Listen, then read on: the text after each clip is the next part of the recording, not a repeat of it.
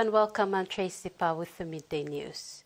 The year 2025 is rich with significant events across different levels. At the national level, Papua New Guinea celebrates 50 years of independence, while at the Vice Province level of Blessed Philip Rinaldi, one of its first communities, Don Bosco Arai Mira Secondary School, commemorates 45 years since the arrival of the first Salesian missionaries to the Gulf Province and to PNG on June 13, 1980, to begin the Salesian mission among the young people.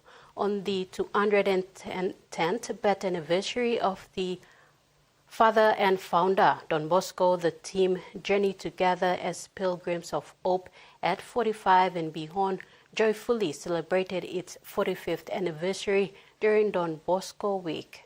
The celebration featured a vibrant program of activities, including a song competition, Battle of the Bands, Don Bosco quiz, treasure hunt, various sports, a talent show, social night, Thanksgiving Mass, the opening and blessing of new classrooms, a cultural show, and a fraternal meal. As the community looks back with Thanksgiving, it also looks forward with renewed hope. Another 50th anniversary event. Something beautiful is taking shape, and it starts with the Jubilee Reset Gospel Music Festival, the first ever. The two-day event will be staged in Port Moresby at the Sir John Guy's Stadium. Over 60-plus gospel bands, choirs, and creative dance performers will open the 50th Independence celebrations this weekend. Well-known gospel singer Sinach will perform on both days, Saturday 23rd and Sunday 24th of August. The organizing committee held a press conference yesterday and shared details on the festival.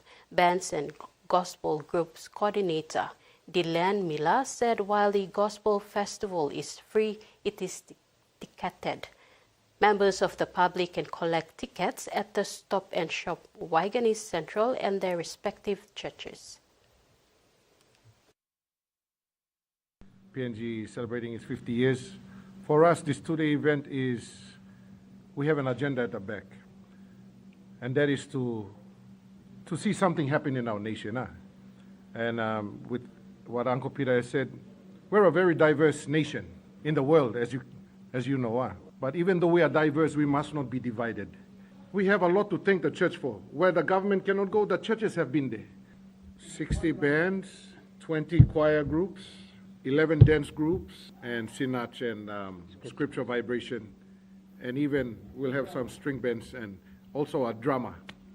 That drama will be key as well because it will show you how the gospel and church came even before independence. So that's going to be a special one. PNG DY Holdings Limited, the business arm of the PNG Forest Authority, has presented a check of 210,000 kina in funding support towards the second Special Economic Zone Summit, which will be held from August 31st to September 3rd, 2025 at the APEC House in the nation's capital. The PNG FA Managing Director John Mosoro presented the check to the Secretary of International Trade and Investment, Jacinta Manua, on Friday, August 15th in Port Moresby. The presentation of the 210,000 kina check to organizers, the Department of International Trade and Investment, and the National Trade Office signifies PNG DY Holdings Limited's standing as the gold sponsor for the second Special Economic Zone Summit, which will be held from August 31st to September 3rd, 2025 at the APEC House in Port Moresby. According to PNG FA Managing Director John Mosoro, PNG FA's support follows the implementation of an MOU that was signed on June 18th with the Department of International Trade and Investment to roll out collaboration work in terms of building facilities for downstream processing facilities under the Special Economic Zone. Minister for his wisdom, and the Minister for International Trade, Richard Maru, to create this special economic zone makes it possible for PNG Forest Authority through the PNG-DY Holdings Limited to establish our downstream facilities within the special economic zone. Mosero says forest plays a key role in special economic zone. Therefore, this support will go a long way in supporting that role. One-to-one discussion with the Minister, Honorable Richard Maru, and also with my Minister, Honorable Salih Waipo, that forestry must play a key role in the special economic zone. Without forestry in a special economic zone, then one part of the government is missing. The Secretary for International Trade and Investment, Jacinta Manua, thanked PNGFA for this support. She said the first SEZ summit in May 2023 discussed the SEZ policies. For the coming second summit, the issue of implementation will be discussed.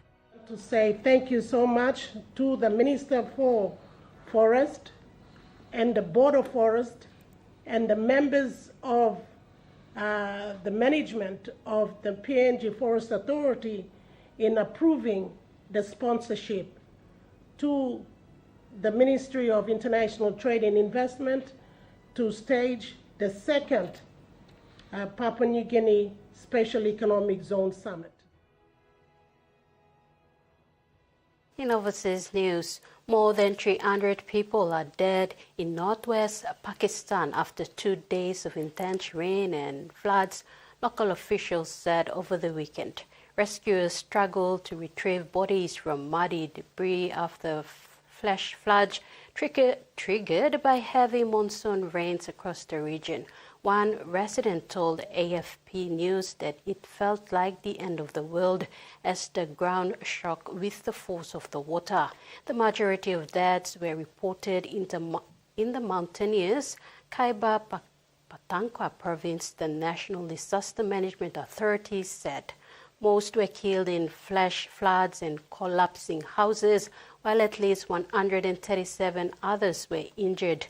Rescue efforts and cleaning of blocked roads were ongoing with the release of emergency funds, the disaster authority said, adding that the heavy rains would continue until August 21st. In Albany, inmates from a maximum security prison farm have finished a unique project to honor fallen soldiers. It's part of a rehabilitation program for the prisoners and a refresh of the city's war memorial as it prepares for its bicentenary celebration in 2026. Gone, but not forgotten. Beneath the trees that line the road leading to the Desert Corps Memorial in Albany, hundreds of plaques. Overlooking King George Sound, where many soldiers, departing in ships for the battlefields in France, caught their last glimpse of Australia. They call them Section 95ers, a dozen men from the prison farm near Mount Barker, working in the community, building this 600-metre pathway as a commemorative trail, winding past the men and women remembered there. This is basically Albany's version of Kings Park, I suppose. There's several hundred plaques here commemorating those who, paid the ultimate sacrifice in the war and for Pardup Prison. Department of Justice to be a part of that is quite an honour and very humbling.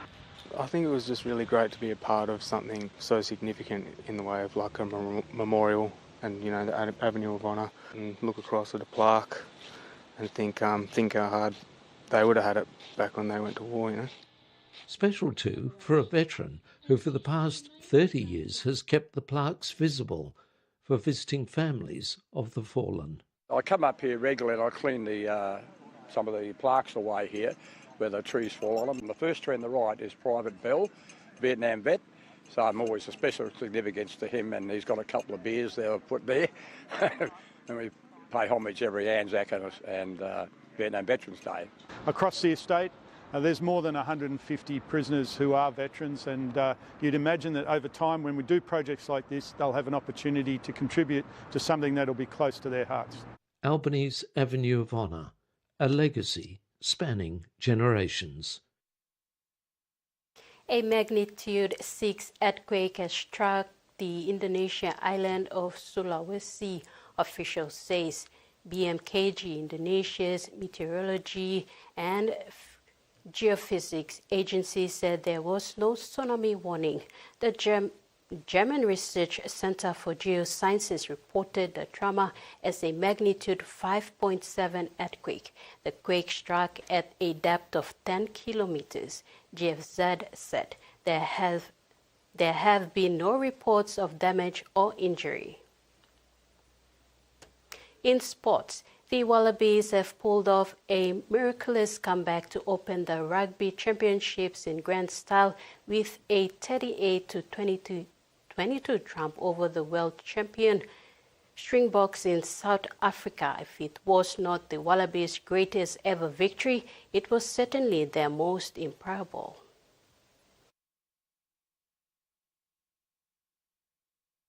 With skipper Harry Wilson, fellow back rower Fraser McWright and fullback Tom Wright and veteran fly half James O'Connor starring, the Wallabies piled on 4 unanswered second-half tries to record Australia's first victory over the Springboks at an altitude since 1963. The stirring success came at a cost though, with Wilson escorted off with a possible ACL knee injury after touching down for his second try, and winger Dylan Pitts sustaining a suspected broken jaw. Minutes after crossing for Australia's opening try, Pitts came off second best in a collision with Springboks captain Siya Kolisi. The two-time defending world champion Springboks look set to consign Australia's last-stop victory over the British and Irish Lions to a distant memory when they raced out to a 22-0 lead inside 18 minutes. In a lightning start, winger Curtly Orens bagged South Africa's opening try after just 94 seconds. Initially unable to cope with the home team's skill and firepower, the Wallabies conceded a second when centre Andre Osenhuisen completed the slickest of raids in the 12th minute. Kolisi pumped off McWright at the back of a ruck to continue the better-than-a-point-minute scoring blitz with South Africa's third try before the Wallabies finally found their second win. Pitts put Australia on the board after 28 minutes when he finished off some nice lead-up work from O'Connor and centre Len Ikitau, who handled twice the movement. Needing something special, Angus Bell delivered first for the Wallabies, the replacement prop's deft shot putting Wilson over 2 minutes into the second half. Joseph Okusu-Swali then intercepted a cutout pass from Springbok fly half Moni Libok to pull the score back to 22-19. Then the unthinkable happened. The Wallabies hit the lead for the first time when Wright broke free from inside his own half to put Wilson over for his second to give the Wallabies a shock lead. Playing his second test since 2022 and a record-breaking 17 years after debuting, O'Connor found Max Jorgensen with a beautiful left-to-right ball before the winger did the rest in another magical long-range strike for Australia. Turning defence into a scintillating attack, Wright sped 80 metres to score the game sealer with 5 minutes remaining, leaving South African fans shell-shocked and silent. Smith said it was important for the Wallabies to celebrate the remarkable win before they shift focus to next week's second Rugby Championship clash with the Boks in Cape Town. Terry Longwood, TVWAN Sports. And that ends our news update. To join us at 6 tonight for more.